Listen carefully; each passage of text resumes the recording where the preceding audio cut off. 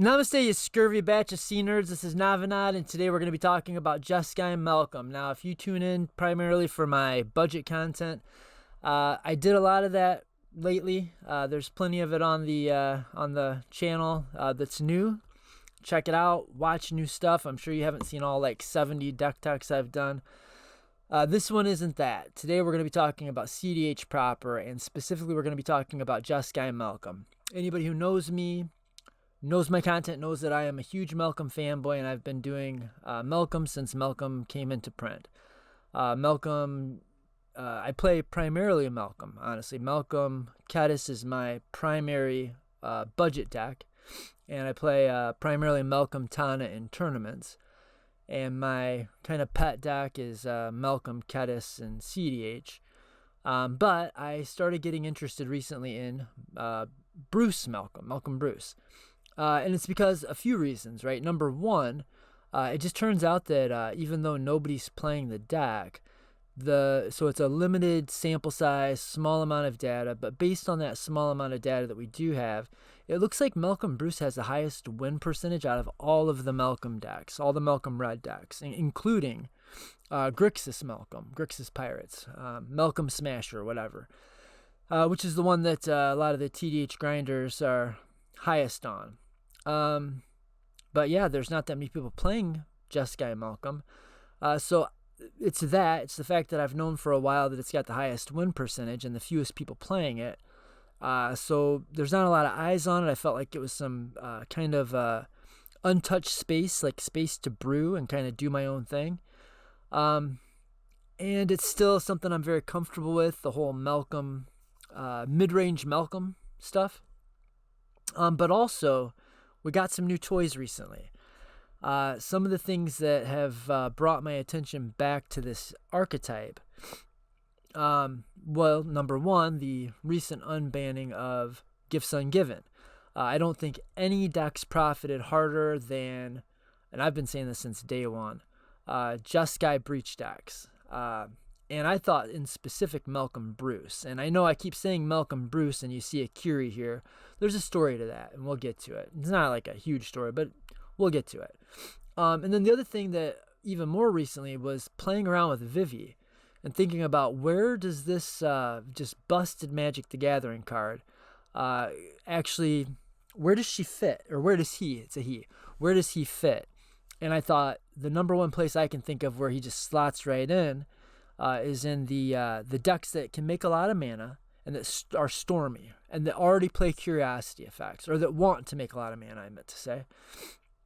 So yeah, Malcolm Bruce, or Jeskai Malcolm, I thought would be a perfect home for Vivi. I've been playing a lot of Vivi. I've been brewing on Vivi since basically, before it came out, right? It hasn't come out yet. But I've iterated and reiterated on this deck. I've got a really good brew going with my buddy Voltrix, or Nate. The deck is winning very, very consistently, or it's putting up win attempts very consistently, turn 2 or 3, just about every game by turn 3. So those were two of the big things that maybe that's 3 things. One, I've known for a long time that it's one of the best decks that nobody plays. Jeskai Malcolm. 2, we got Gifts Ungiven, unbanned, and I think this is one of the decks that can put that card to the best, if not the best deck, or the best shelf for that card, period. Maybe, is what I thought. And then 3, Vivi. And I think this might be one of the better homes for Vivi. And why? Because it already wants to play all the curiosity effects, right? So what this deck then ended up becoming, I started goldfishing it. I built it as Malcolm Bruce, and I thought it was going to be like a mid-range Malcolm, but it's too fast for that. So I thought it was too fast for Bruce. This deck kept not always presenting wins, but just doing very busted things by turn 3. In turn 4, it looks like it's unstoppable. Sometimes, pretty often actually, threatening win attempts on turn 3. And so there's really not time to play Bruce. So I decided it would be better to put a Curie in the partner position, because there's some other toys that we've gotten recently.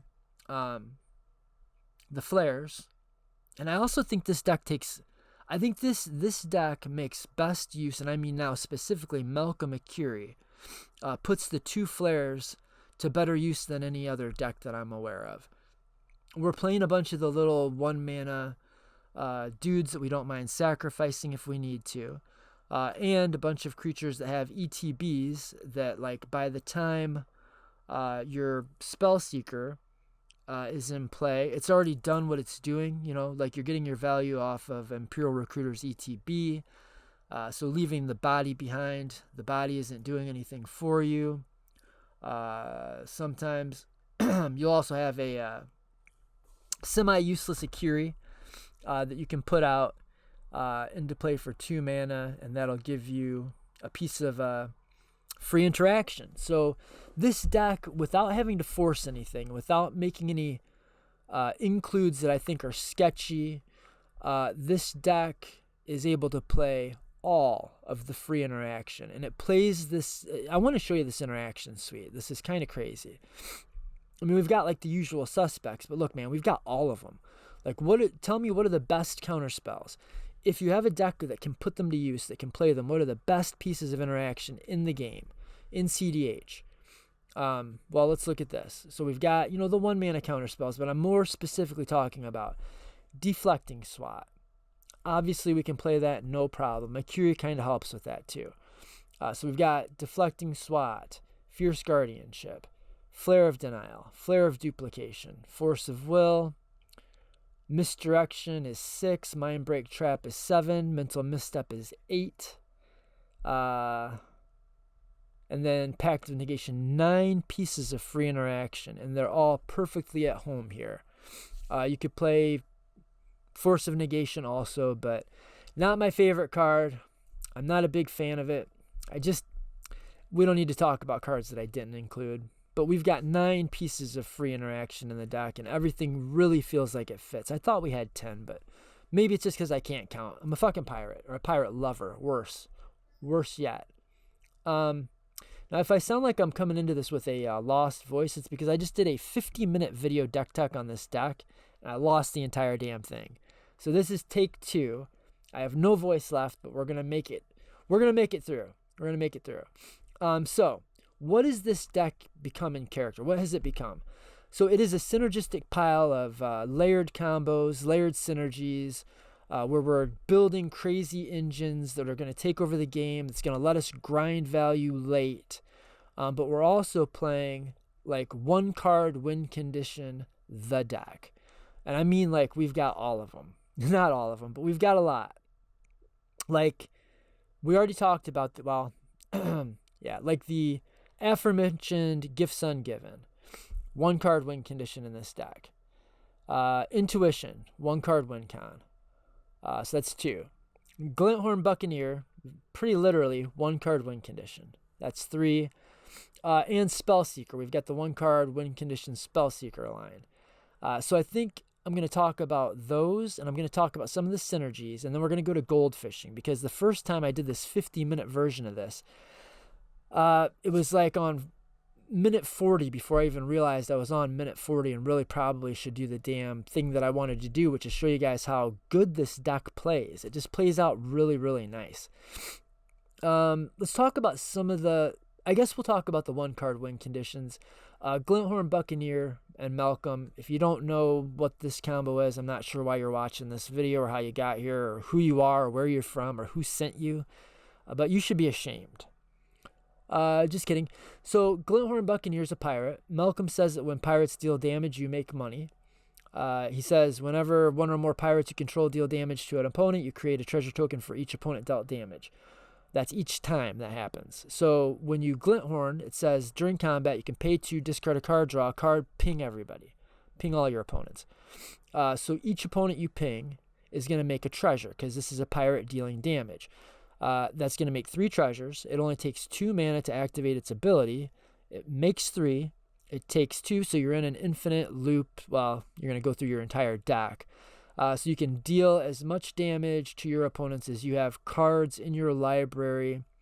As long as your opponents are, as well, if you have 3 opponents or if you have 2 opponents and there's not a huge difference in their life totals, This is just going to go off and win the game as soon as you put the two together.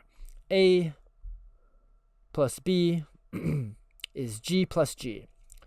So that's a pretty easy one-card win condition. But I think then you could also say all of the tutors that find these one-card win conditions become sort of one-card win conditions in their own right. Kind of, right? They take more mana, whatever. But yeah, like you have Glinthorn as a one-card win condition, kind of turns Impure Recruiter into a one-card win condition. One-card win assembler. And mostly that's what we're talking about, is one-card win assemblers. So let's talk about maybe we'll do the most complicated one next. So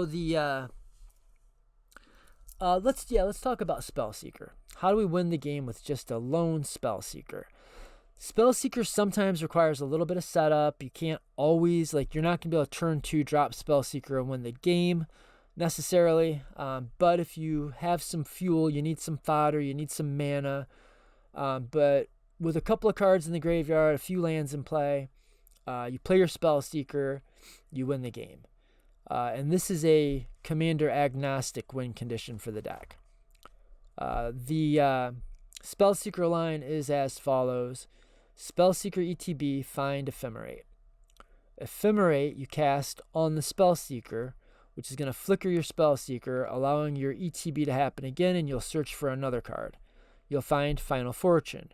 You will cast Final Fortune. You will take another turn. You'll lose the game at the end of that turn, but you're not going to get to the end of that turn because you're going to win the game before the end of that turn. Okay, so cast Final Fortune, go to our next turn. Before we even draw a card, the Ephemerate will go off because it's got Rebound, and it's going to flicker our Spellseeker. So we're going to get another ETB off of the Spellseeker. Now the Ephemerate goes to our graveyard. This is before we've drawn a card. We're going to flicker the Spellseeker, finding Enlightened Tutor. We're going to cast the Enlightened Tutor. It's going to go to our graveyard. We're going to find Underworld Breach and put that on top of our deck, and then we're going to go to our draw. We're going to draw Underworld Breach for turn. We're going to cast the Underworld Breach. When we cast the Underworld Breach, we will have things in our graveyard, including Ephemerate and Enlightened Tutor. We will cast the Ephemerate. We'll have to exile some cards, cast the Ephemerate, flicker the Spellseeker. Flickering the Spellseeker again with the Ephemerate will let us find Brain Freeze. Then we're going to cash in a few cards that are in the graveyard to use Underworld Breach to cast Enlightened Tutor once more. And we're going to put Lion's Eye Diamond on top of our deck. Now we've got Brain Freeze in hand, we've got LED on top of our deck, and we've got Underworld Breach in play. We're going to cast the Brain Freeze, which is going to mill the top 3 cards of our deck. Well, no, it's going to mill a bunch of cards into our graveyard because we've got a storm count built up. I think we mill 9 cards on the first one. 9, 12. Tons of cards go into the graveyard, including the LED. We will exile some of the cards that we just milled to put our LED into play. We will crack the LED for blue mana to cast the Brain Freeze. Brain Freeze more cards into our graveyard. We will use some of those cards to recast the Lion's Eye Diamond, crack it for blue. We will exile some of the cards to cast Brain Freeze. So we're going to alternate Brain Freeze, Lion's Eye Diamond, Brain Freeze, Lion's Eye Diamond. We're going to build up a humongous storm count, put a ton of cards in our graveyard, exile a ton of cards, and cast Brain Freeze on each of our opponents over and over and over and over until we mill each one of them out, and then we pass turn to watch each of our opponents try to draw from an empty library, hence becoming very dead, and we will become the last one, the only one, because we will become the Highlander, the Elder Dragon fucking Highlander, where there can be only one. That's gonna be us. We're gonna be that one. What else? So that is one card win conditions 1 and 2. Then Intuition. Intuition has lots of uses in this deck. I was very deliberate about my A plus B combos. Like we've got the hack combos where we're going to play a Reckless Fireweaver or some variant of the Reckless Fireweaver, Hedron Detonator, Fireweaver, Ingenious Artillerist, and then we're going to turn whichever one into a pirate which sets up an infinite loop. So sometimes we'll use intuition just to find the other half of our A plus B, or we'll have a reckless fireweaver in hand and we'll find 2 hacks and a Glinthorn, whatever. But the 1 card win condition where you only need intuition and some cards in the graveyard and some mana would be kind of what I just said. Well, in step, we will cast intuition and we will find Lion's Eye Diamond. If you're not familiar with intuition, again, who are you? I don't know how you got here. Where's intuition? Instant speed. Search your library for 3 cards, reveal them to target opponent. He or she chooses 1 to go into your hand and the other 2 to go into your graveyard. You're going to find Lion's Eye Diamond, Lion's Eye Diamond, Underworld Breach, and Lion's Eye Diamond, and Savine's Reclamation. So Savine's Rec, LED. We've already talked about LED and the synergy with Underworld Breach. So Underworld Breach, LED, and Savine's Reclamation is our intuition pile. And basically, it doesn't matter. As long as you've got enough mana and cards in the bin, it doesn't matter what they give you. If the person gives you the Savine's Reclamation, you will cast the Savine's Reclamation, targeting Underworld Breach. You'll put the Breach in play, and you'll Breach win with your LED, recasting your intuition to find your Brain Freeze. If they give you the Lion's Eye Diamond, then you'll have your Savine's Reclamation in your graveyard. You'll crack the Lion's Eye Diamond, discarding your hand, making mana, white mana, and you'll flash back with Savine's Reclamation. You'll flash it back. When you flash it back, you're able to put 2 permanents from your graveyard onto the battlefield, and it will be LED and Underworld Breach. Then you're going to Breach cast the intuition. You're going to find your Brain Freeze, whatever else you want, and you're going to go back into that Underworld Breach loop with the Brain Freeze LED, and we're going to mill all of our opponents out.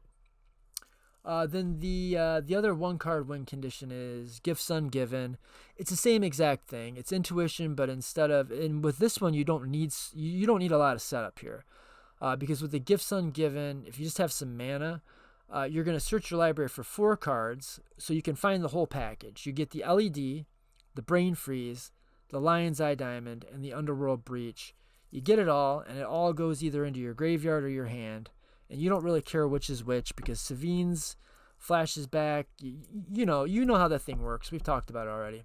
So those are, and I've got to be a little bit kind to my voice because I've already talked about this a lot. This is my second go at this, but I'm excited about the deck. I want to share what I've discovered. What I've discovered is Underworld Breach is busted. Vivi's busted. This deck plays Curiosities like none other, and Vivi likes Curiosities. So, what are some more of the layered cool things there are to discuss about the deck? We are going to be playing... Where to start? I'm going to start with the coolest thing. This is the thing I love most about the deck, is when you play Malcolm and you play cEdh, then you've got Malcolm and cEdh, but you're in a 3-color deck, which is pretty sick. And you're making 3 treasures on every attack, and you get a Curiosity effect on your Malcolm. Or better yet, you've got the Reckless Fireweaver, or Hedron Detonator, or Ingenious Artillerist. You've got, let's just say, Reckless Fireweaver, but you haven't found a type change or a tutor yet. So, you did find a Curiosity. So you put the Curiosity on the Reckless Fireweaver. Then when you attack with Malcolm, you make a treasure, which pings all 3 of your opponents, which draws you 3 cards on every attack. Or you can do that, you can put the Curiosity on the Lightning Rig Crew. It's a pirate, it pings everybody, so you tap it to deal 3 damage, 1 to each opponent. Make 3 treasures, and if it's got a Curiosity, draw 3 cards. If one of those is an Unsettled Mariner, or a Ragavan, Imperial or Spectral Sailor, Siren Storm Tamer, any of our pirates, or Wings of Velis Vale, which is one of our 3 type changes. This is a pirate. This is a tribal instant shapeshifter, which means it's a pirate, which means it procs our pirate synergies, which means it's a dragon, which means we can find it off Magda. It's 2 CMC, so we can muddle the mixture for it. It's all the things. It's all the things. I'm trying to think if it matters that it's a dwarf. I don't think so. But it matters that it's a pirate. It matters that it's a dragon. It matters that it turns our shit into pirates. It matters that it is a pirate. Yeah, we've got 3 Grand Abolishers. We've got Grand Abolisher, Ranger Captain, and Voice of Victory. So if we're all set up and ready to win, but we are just a little bit nervous about fading all of our opponents' interaction, there's just walls of free interaction, and Rhystic Studies and Mystic Remora's out. We can instep Savine's or Intuition, find Voice of Victory, Captain, Voice of Victory, Ranger Captain, Grand Abolisher. We'll play one of them, and then we silence the table, and then we can go off and win. Our deck puts Ranger Captain to pretty good use, too, because even if we've already got our Esper Sentinel, which usually, lots of decks can put the Ranger Captain to some kind of use, but they'll, already have played their Esper, so they're like, okay, well, I guess I'll get a Dork. And they get, Deathrite Shaman or something like that. But not us, no way. We've got Siren Storm Tamer, which is actually legit. We've got Ragavan. We've got Esper. And we've got Spectral Sailor, which can be a place to, if we are going off with a Lightning Rig crew that's Curiosity, the Spectral Sailor is pretty nice. It's a good place to dump some extra mana, as is Professional Facebreaker, which fits perfect into the whole strategy. Facebreaker just does all the things we want it to do. We've got only 1 clone, and it's an artifact, so we can find it with our Magda. Magda's a big key player in this deck. Probably the number 1 thing that I go for with my Muddle the Mixture is Magda. Number 2 being cEdh. Both of those are really busted here. Already at 22 minutes. There's just so much to talk about here. Yeah, so Akiri enables all the same kinds of things that Thrasios or Rograk enables. It turns on our Jeskai Will. It turns on Mox Amber.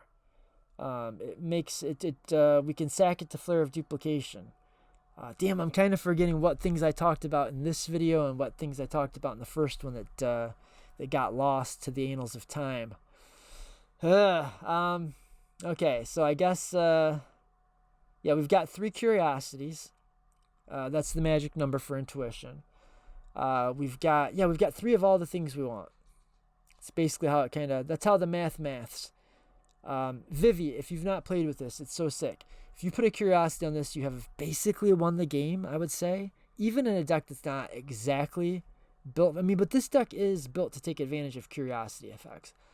But yeah, you stick a Curiosity on Vivi, and then you cast Jeskai Will, ping the table, draw 3 cards, put counters on Vivi. Oh, that's another thing.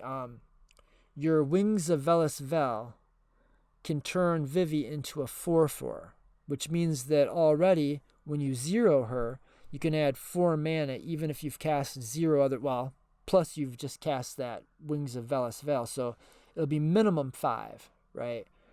This is a nasty little mana engine, and it wears a Curiosity like no other card in the game other than my homie Niv Mizzet. Niv Mizzet's a house. Everybody knows it's a house. The problem with Niv Mizzet is it's really hard to cast because blue, blue, blue, red, red, red. But this deck doesn't really care very much about that because it makes treasures very easily between Professional Facebreaker, a slew of evasive pirates, Malcolm itself, cEdh, Lightning Rig crew. We're making treasures. Treasures can be cracked for any kind of mana. Plus we've got Magda. So if we've got Magda and 5 treasures, we can just sack those 5 treasures to put Niv Mizzet directly into play. Or if we've got one of our Reckless Fireweavers, we've got our Magda, we've got 5 treasures, we can crack it to find our 3rd version of the hack combos, which is Maskwood Nexus. We can slap that directly into play. The other nice thing about Maskwood Nexus is this will trigger Reckless Fireweaver. So if you have Reckless Fireweaver in play and you find your Maskwood Nexus, when you cast the Maskwood Nexus, that's going to proc your Fireweaver. So that puts a trigger on the stack. Then the Maskwood Nexus comes into play. Now your Reckless Fireweaver is a pirate when that trigger actually resolves. So by the time the ping trigger resolves from Maskwood Nexus being an artifact that comes into play and pings, your homie is a pirate. And if you're not familiar with the combo, if Reckless Fireweaver is a pirate, it says whenever an artifact enters the battlefield under your control, it pings, it deals 1 damage to each opponent. And remember, Malcolm says that if a pirate deals a damage, you create a treasure. Well, a treasure is an artifact coming into play under your control. So that will reproc the Fireweaver, will reproc Malcolm, will reproc the Fireweaver. You'll be in an infinite loop. You'll burn out your all of your opponents, and you will be the Elder Dragon Highlander. Same thing with Ingenious Artillerist or Hedron Detonator. And these combos or synergies stack up on top of each other. If you've got cEdh in play and you've got Reckless Fireweaver and you put a Curiosity on Reckless Fireweaver and you attack with Malcolm, you make 3 treasures. You get 3 pings. Each one creates a separate trigger. You are drawing 9 cards off of that. Good luck losing the game after making 3 treasures and drawing 9 cards. It's hard to do. It's going to be difficult. You'd have to work at it. Quick story about Unsettled Mariner. Not only is it a dragon that you can find with Magda, which I guess could come up, but it's also a pirate, which does come up. But it's got, so here's how I found this card for this deck. Kind of a long time ago now, I was playing in a budget. This is the very first budget event I ever played. It might have been the first tournament I ever played in. I was playing Malcolm cEdh in a $100 event, like your $100 max, a budget event. Your deck could be only $100 max field low. I was playing Malcolm cEdh. It was when the Malcolm cEdh first came out, Commander Legends area. One of my opponents had an Unsettled Mariner. I had a card, I can't think what it's called now. I thought it was going to be like really big, and I think it is like really underutilized, but it's a sorcery for blue 1, and surely it's a blue that holds it back, but I thought like Urza and Malcolm decks could put it to use. I've tried it. Sometimes I put it in my Malcolm cEdh stack. It's like in and out. Power creep is real. It's more out than in these days because there's just so many good cards for the deck.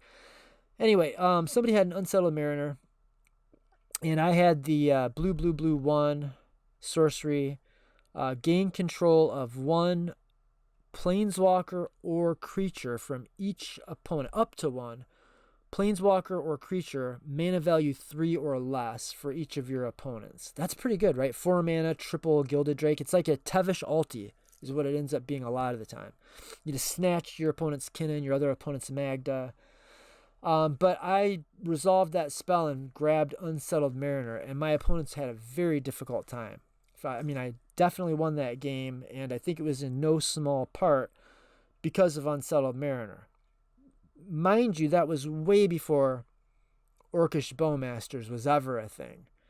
Now that Orcish Bowmasters exists and is the bane of our damned existence, Unsettled Mariner is like S tier. It's so good. It's so good when there's a Bowmasters out.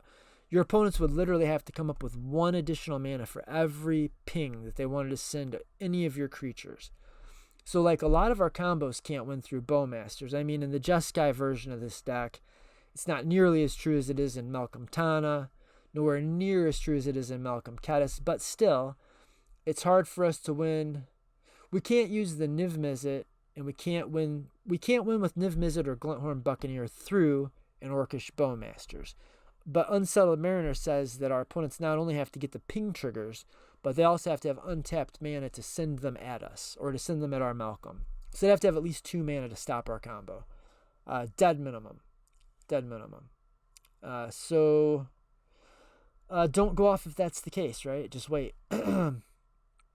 Also, we're tucked against Orcish Bowmasters because of what I just said. And we're tucked against, let's look at the main creatures that we really don't want to see. Orcish Bowmasters because we're a Malcolm deck. Collector Oof because we're a Malcolm deck. And Dothy Voidwalker because we're a Breach deck. think those are 3 of the, well, and Thassa's Oracle, because we don't want to lose to any deck. And all of those fall to Spell Snare. So I know a lot of people are off this counter spell. So am I. I don't play in any decks other than Malcolm decks. But if I'm playing a Malcolm deck, I've got Spell Snare in it 100%. And it's proven itself to be untouchable. It's uncuttable. This is one of the counter spells I feel it's the best. Well, I was gonna say it's the best 1-mana counter spell for the deck, but that may not be true. I mean, you're tempted to say Swan Song, right? But there's limitations to that because, like, if you run your Malcolm in to finish the job, like you're going for your Malcolm Glinthorn combo, and somebody lightning bolts, the guy you're attacking lightning bolts your Malcolm, and you go to Swan Song it, you're going to run your Malcolm into a 2/2 bird. So there's limitations to Swan Song in these decks. Spell Snare is, it's real good. It's a real good piece of interaction in exactly these decks. Yep, Curiosities on Lightning Rig Cruise, nasty. Curiosity on Malcolm when you have a Kedis, nasty. Curiosity on Niv Mizzet, you win. Curiosity on Vivi, you probably win. 3 Curiosities, 3 Reckless Fireweavers, 3 Grand Abolishers, 3 of all the things. I think that's my insta deck tech. Man, that there's tons and tons. I could talk. Well, I can tell you I could talk about this deck for an hour and a half solid because I have been talking about this deck now for about an hour and a half solid. Let's do Goldfishing. Okay, so when I was running this deck out, I had no intention of doing this video. I didn't plan on taking this as seriously as I've been taking it. I just kind of was throwing it together just to kind of see. And like, holy hell, the deck is so good. Like, it just it legitimately seems like, I don't know, I think this deck is real. I think more people should be on it. I think maybe I should be on it. I think maybe you should be on it. Not you. Don't be a copycat. Don't be a swagger jacker and steal my thunder. Let's go to... That's our 7. Second 7. Oh no! I've not had any bad luck with this deck yet. Don't do it to me. God, I had such good goldfishes in the 50-minute triathlon marathon video that I lost. Going to 6. Oh God, we've got to go to 5. I don't think I've taken a 5 yet.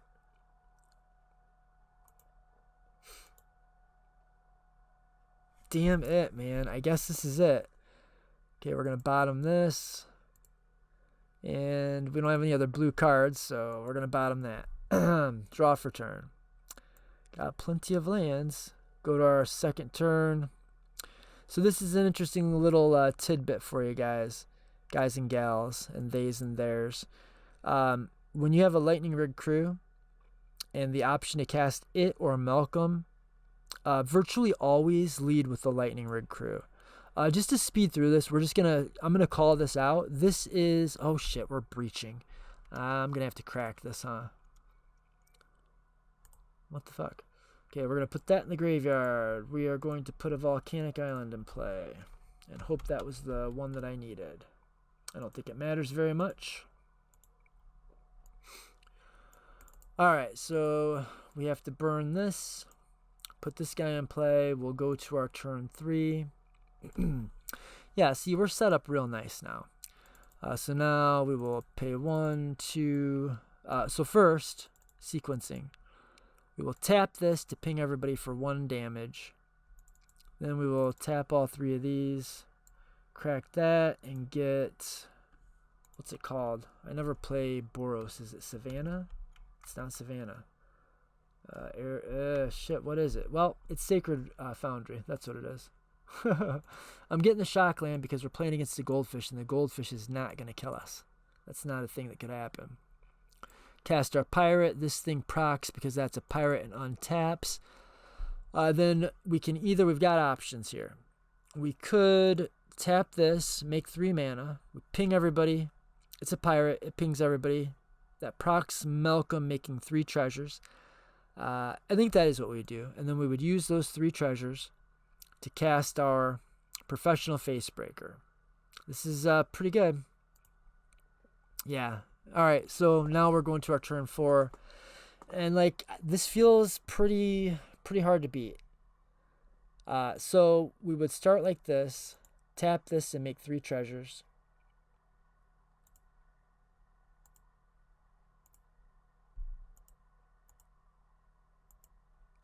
Then we would tap 1, 2, 3. So if we silence first, we're not going to be able to do that. This is, I mean, it's a little risky. It's not too risky. I mean, it's not the end of the world if this gets countered. And it's pretty hard to counter. So we cast the Imperial Recruiter. And we find Glinthorn.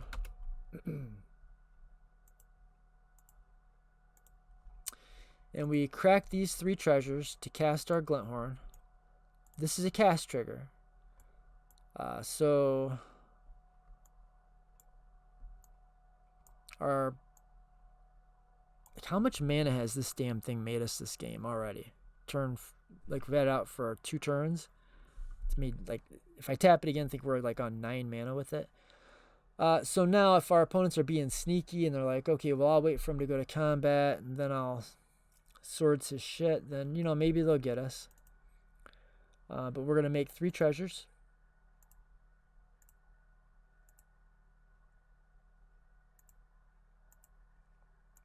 Crack 1, silence.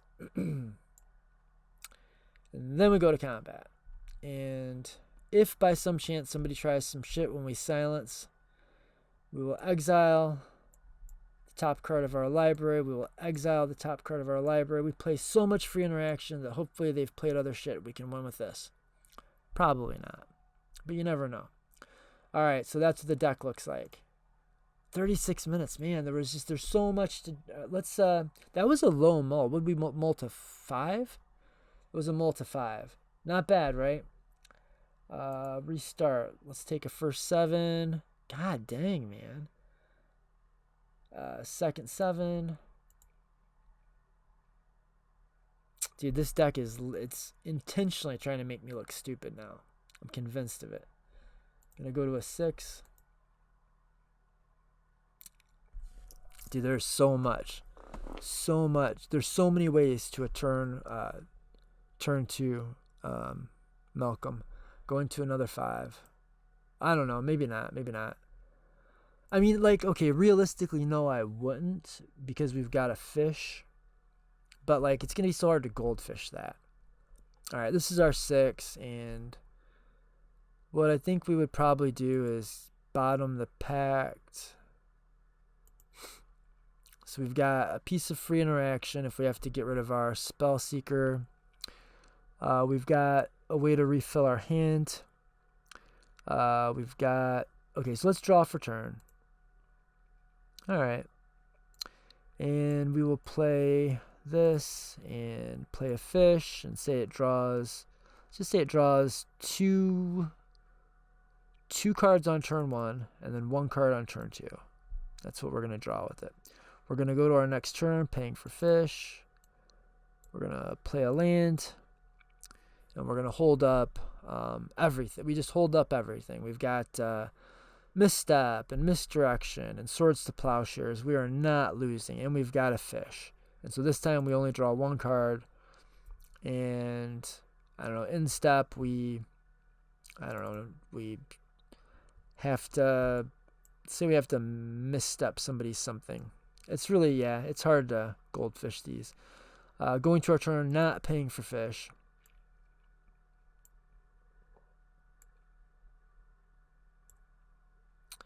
And now we've got the world. Going to a turn 4.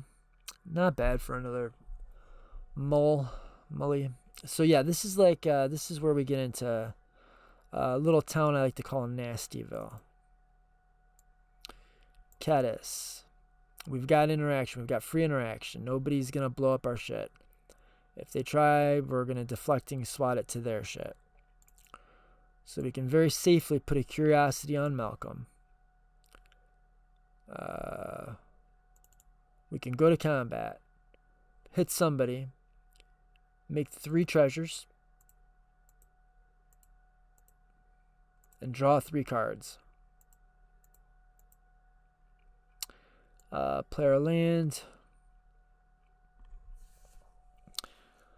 Yeah, and here we are having to discard. Can you believe it? Which actually could end up being a good thing because we've got the Spellseeker, we've got the Breach, so we're ready to win, and we're ready to not lose. Also, we've got all kinds of interaction. We've got Underworld Breach. We've got Spellseeker. So yeah, I think we're there.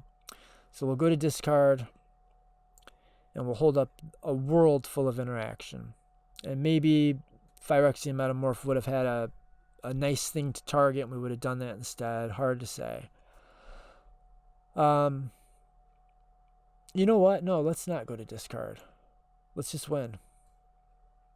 Yeah, we'll just win. 1, 2, 3 mana.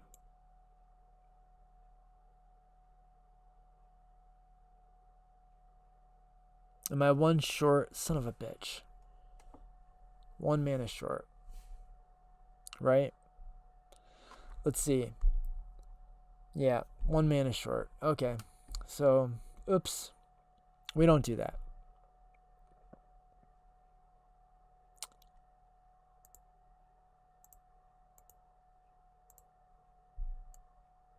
Yeah, back to this.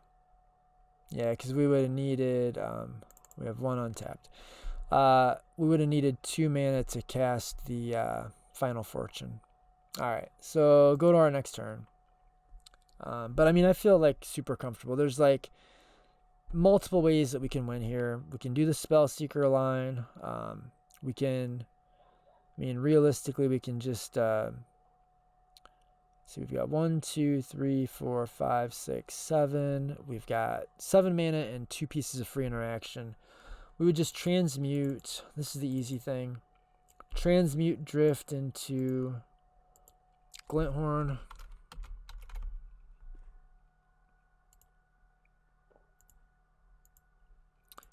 One, 2, 3, cast the Glinthorn.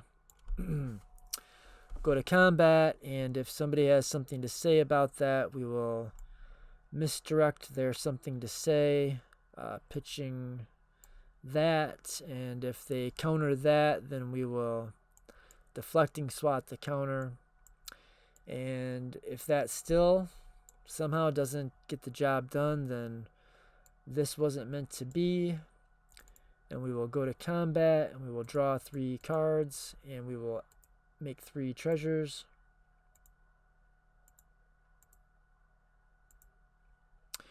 And do we have more mana than we had last time? Can we do the...